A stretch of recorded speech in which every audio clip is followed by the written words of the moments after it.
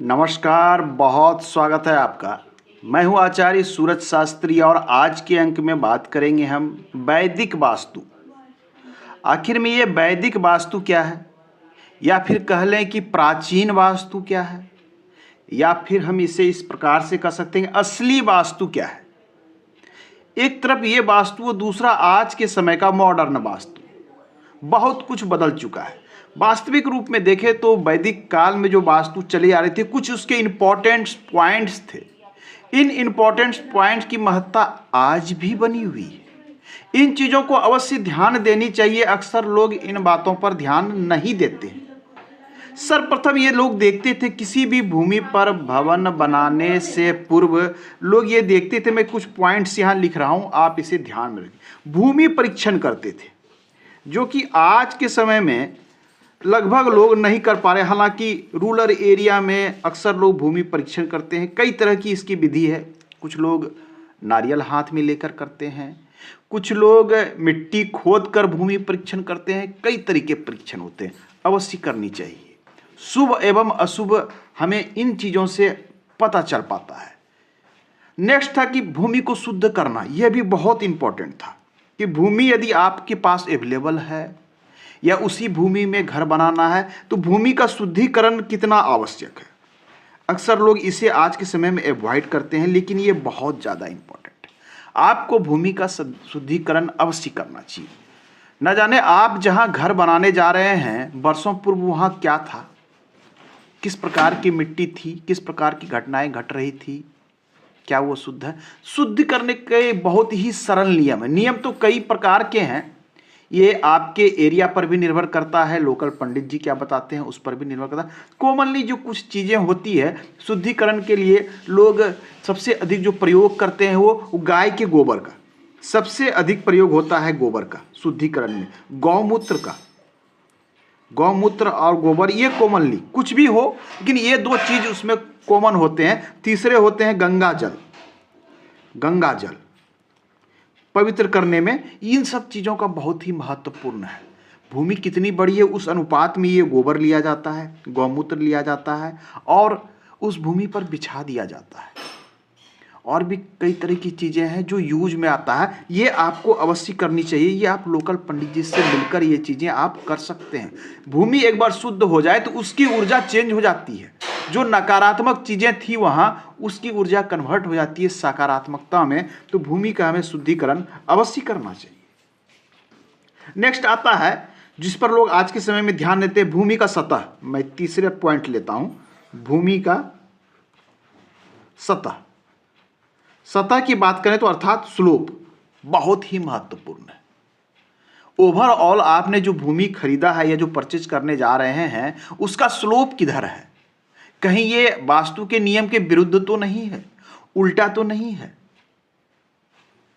नियमानुसार जो आप भी जानते होंगे कि स्लोप के विषय में अक्सर हर जगह बताया जाता है कि नॉर्थ ईस्ट एरिया डाउन होना चाहिए, नॉर्थ एरिया डाउन होना चाहिए या ईस्ट एरिया डाउन होना चाहिए, साउथ और वेस्ट का एरिया अप होना चाहिए। ये भूमि का सतह है। इस सतह यदि नहीं भी हो तो आप सतह को इस प्रकार से कन्वर्ट कर सकते हैं। इसके बाद जो लोग चीज़ें देखते थे प्राचीन समय में, वो थी दिशाएं। दिशा बहुत महत्वपूर्ण थी। दिशा तो हम जानते हैं चार ही होती है। प्राचीन समय में दिशा और दिक शुद्धि लोग अवश्य करते थे। आज के समय में लोग दिक शुद्धि पर ध्यान नहीं देते हैं, जिसके कारण वास्तु असंतुलित हो जाता है। दिशा तो चार ही हैं। हम जानते हैं कि नॉर्थ है, साउथ है, ईस्ट है और वेस्ट है। प्राचीन समय में कहा जाता है एक ब्राह्मण वर्ग के लिए था, एक क्षत्रिय वर्ण के लिए था, एक शूद्र वर्ण के लिए था, एक वैश्य वर्ण के लिए था। जब मैं वर्ण की बात करता हूं तो किसी जाति विशेष पर नहीं जाना है, नेचर ऑफ वर्क पर ध्यान देना है कि आप किस प्रकार के वर्क में अवेलेबल, आप किस प्रकार के वर्क वर्तमान समय में कर रहे हैं, उसके अनुसार ये दिशाएं आपके लिए महत्वपूर्ण है। ब्राह्मण वर्ग, जैसे मैं नॉर्थ की बात करूं, ब्राह्मण वर्ग की यदि मैं बात करता हूं, यदि कोई ब्राह्मण वर्ग की बात करे अर्थात जिसका काम है ज्ञान देना, शिक्षा देना, कोई व्यक्ति शिक्षक है ज्ञान से रिलेटेड चीज करते हैं, अध्यात्म से रिलेटेड चीजें करते हैं, उनके लिए नॉर्थ विशेष फलदायी होता है। किसी भी प्रकार का आप बिजनेस करते हैं तो दक्षिण मुखी घर आपके लिए विशेष शुभ होगा। इन बातों को प्राचीन समय में विशेष ध्यान दिया जाता था कि आप अपने नेचर ऑफ वर्क को देखते हुए भूमि का चयन करें। आज के समय पर लोग इसे नहीं दे रहे हैं, कारण कई हैं। भूमि बहुत महंगी हो गई है, छोटे से टुकड़े में सबको रहना है, छोटे से फ्लैट में रहना है, तो लोग इन बातों को अवॉइड करते हैं। लेकिन आपके पास ऑप्शन उपलब्ध हो तो आप नेचर ऑफ वर्क के देखते हुए आप भूमि का चयन करें। अन्य ऐसे तो कई सारे टॉपिक हैं, मैं थोड़ा शॉर्ट्स में ले रहा हूं कि इसे, जैसे अब आ जाता है दिशा के बाद आकार। दिशा में आती है दिक् शुद्धि। दिक् शुद्धि बहुत इंपॉर्टेंट है। आपने जो हो सकता है जो प्लॉट लिया, जिसे हम आकार भी बोलते हैं, कभी कभी ये आड़ा तिरछा में मिल जाता है, तो इसे सबसे पहले डिजाइन को चेंज करके एक प्रॉपर शेप में हमें कन्वर्ट करना चाहिए। उसके बाद हमें इस पर निर्माण करना चाहिए। दिक् शुद्धि के समय हमें डिग्रियों के अनुसार नॉर्थ को, दिशा को प्रॉपर मैच करना चाहिए। दिशा मैच नॉर्थ को 0 डिग्री जब आ जाए तो समझ जाइए आपकी दिशा बिल्कुल परफेक्ट है। अन्यथा वास्तु असंतुलित होने की समस्या आ जाती है। जब दिक् शुद्धि की हुई भूमि आपकी नहीं रहती है तो वास्तु संतुलन होने में समस्या आती है। विशेष तरीके से वास्तुशास्त्री ही इसे संतुलित कर सकते हैं। यदि नॉर्थ बिल्कुल प्रॉपर अपने स्थान पर नहीं है, अर्थात वो लेफ्ट या राइट रोटेट कर रहा हो, बहुत ही इंपॉर्टेंट है। इसे वर्तमान समय पर भी इस पर ध्यान दिया जाता है। चलिए, मैं बात कर रहा था प्राचीन वास्तु की, तो अब हम नेक्स्ट पॉइंट पर आवें। तो 81 पद वास्तु, जिसे परसमायिक वास्तु कहते हैं, 81 पद, ये बहुत ही महत्वपूर्ण है। ये प्राचीन समय में सभी ग्रंथों में ये लिखा है। वास्तु के जितने भी प्रमुख ग्रंथ हैं उनमें इनके विषय में अवश्य कहा गया है कि 81 पद वास्तु जो है आपके गृह निर्माण के लिए बहुत ही महत्वपूर्ण है। अर्थात अपने टोटल एरिया को 81 पद में बांटने के बाद ही हमें यह तय करना चाहिए कि कौन सी चीजें हमें कहाँ लेनी है। उसके बाद एक आते हैं 64 पद वास्तु। आज इसका प्रयोग धड़ल्ले से हो रहा है। 64 पद वास्तु का वास्तुशास्त्र में जो कहा गया है पद विन्यास के संबंध में, जिसमें ये 2 इंपॉर्टेंट है, परंतु गृह निर्माण के लिए इसकी महत्ता दी गई है। 64 पद विशेष कंडीशन पर ही हम गृह निर्माण में हमें यूज करना चाहिए। ये कंडीशन निर्भर करता है आपके भूमि की आकार, आपकी दिशाएं, आपकी रिक्वायरमेंट या कहाँ रह रहे हैं उस पर। तो ये तय करना पड़ता है हमें कि कौन सा पद यूज होगा, किस पद के अनुसार निर्माण होने हैं। यदि आप अपने घर का ये रेनोवेशन करते हैं, फिर ये दोनों में से कोई पद नहीं लगेगा, उसमें एक 49 पद का वास्तु होता है, फिर हम उस पर चले जाते हैं। इस प्रकार से कुल वास्तु निर्माण की 32 विधियां ग्रंथों में दी गई है। इन 32 विधियों का अलग अलग स्थान पर प्रयोग होता है। जैसे कोई गांव बसाना हो, आपने देखा होगा कोई सोसाइटी बस रही है गांव, तो उसके लिए एक अलग विधि बताई गई है। कोई शहर प्रॉपर बन रहा है तो उसके लिए भी एक विन्यास है कि किस प्रकार से शहर का विन्यास होना चाहिए। मंदिर है तो मंदिर के लिए अलग विन्यास है, यह जनरली मंदिर में यह प्रयोग होता है। 64 पद वास्तु। कोई सभागार है तो उसके लिए अलग रूल है। कोई राजा का महल है, कोई राजा है, किंग है, उनका कोई महल है, तो महल के लिए भी एक अलग तरीके से यूज करते हैं। तो अलग अलग तरीकों को देखकर, या फिर आपको क्या करना है, अपने घर का परिवर्तन करना है, घर में चेंज करना है, रिनोवेशन करना है, तोड़ फोड़ करना है, एक्सटेंशन, तो फिर उसमें अलग तरीके से हम उसमें पद का विन्यास करते हैं। चलिए, ये तो महत्वपूर्ण चीजें मैंने आपको बताया। उसके बाद जैसे इसमें आते हैं द्वार। द्वार भी महत्वपूर्ण है। 32 पद द्वार। द्वार कहाँ लेना चाहिए, मुख्य द्वार कहाँ हो, ये इंपॉर्टेंट है। द्वार, उसके बाद एक आता है इंपॉर्टेंट, द्वार भेद। द्वार भेद। अब ये द्वार भेद क्या है? बहुत ही इंपॉर्टेंट है। हालांकि कई चीज़ें हैं प्राचीन वास्तु में, मैंने उसमें से मुश्किल से 10% चीज़ों को आपके सामने रखा है। द्वार भेद की बात करें तो द्वार भेद में कई सारी चीज़ें आती है, बहुत ही इंपॉर्टेंट है, ये आज भी महत्वपूर्ण है प्राचीन समय के साथ साथ। द्वार भेद क्या है?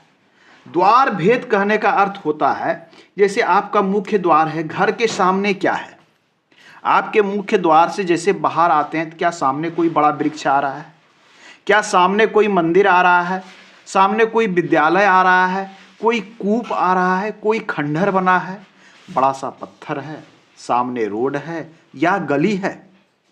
द्वार भेद इस पर निर्भर करता है। कुछ मैं द्वार भेद के पॉइंट्स आपके सामने रखता हूं। जैसे मान लिया जाए द्वार भेद, आपके घर के सामने यदि ठीक सामने कोई गली होता है या सड़क है, गली या सड़क बना है, यह शुभ नहीं माना जाता है, केवल एक दिशाओं को छोड़कर, ईस्ट को छोड़कर। ये रोग और शोक का कारण होता है, ऐसा ग्रंथों में कहा गया है। ये नुकसान का कारक होता है, ये शुभ नहीं माना जाता द्वार भेद। दूसरा बात करें तो बड़ा वृक्ष हो सकता है कि आप जिस घर में रहते हैं उसके द्वार के ठीक सामने एक बड़ा सा ट्री है, वृक्ष है, ये भी एक भेद का बड़ा कारण होता है। बड़ा सा वृक्ष होना यह भी शुभ नहीं है। हालांकि इसकी शुभ और अशुभ दिशा पर भी निर्भर करती है कि किस चीज का पेड़ है और किस दिशा में है। तो बड़ा वृक्ष एक तरीके से शुभ नहीं होता। घर के सामने कीचड़ हो, कीचड़ जमा हो, आपके घर के सामने में ऑलवेज कीचड़ जमा रहता है, जल जमा रहता है, यह भी शोक का कारण है। यदि आपके घर के सामने ऐसा होता है तो आप सावधान हो जाए, अनावश्यक रूप से आपको नुकसान हो सकता है, शोक का कारण बन सकता है। सामने मान लिया जाए आपके घर के सामने में कुआं बना है, घर के सामने में यदि कुआं बना है, यह भी शुभ नहीं है। कुआं जिसे कहते थे, आज के समय में लोग नहीं बनाते हैं, हालांकि आपको आज भी कुआं देखने को मिलेगा। कुआं हो तो यह भय का कारण होता है। व्याधि अर्थात किसी प्रकार का शरीर में रोग व्याधि भी उत्पन्न करने का ये भेद होता है यदि यह द्वार के सामने आ रहा है। मंदिर बहुत इंपॉर्टेंट, इसके विषय में मैं एक डिटेल्स में वीडियो बनाऊंगा। मंदिर बहुत इंपॉर्टेंट है। यदि ये आपके द्वार के सामने आता है मंदिर तो यह भी अच्छा नहीं। इसके बहुत सारे कंडीशन हैं, लेफ्ट में है या राइट में, या घर के सामने आ रहा है या फिर घर के पीछे आ रहा है, किस देवता का यह मंदिर है, किस देवी देवता का मंदिर है, यह भी इंपॉर्टेंट है। ओवरऑल यदि शॉर्ट में कहे तो मंदिर के कारण भी भेद उत्पन्न होता है, ये भेद भी नुकसानदायक होता है आपके लिए। नेक्स्ट हम बात करें, अक्सर ये चीज़ देखने को मिलता है, खंभा। आज के समय में इलेक्ट्रिक के खंभे आपको द्वार के समय में सामने मिल जाएंगे, ये दुर्भाग्य का सूचक है।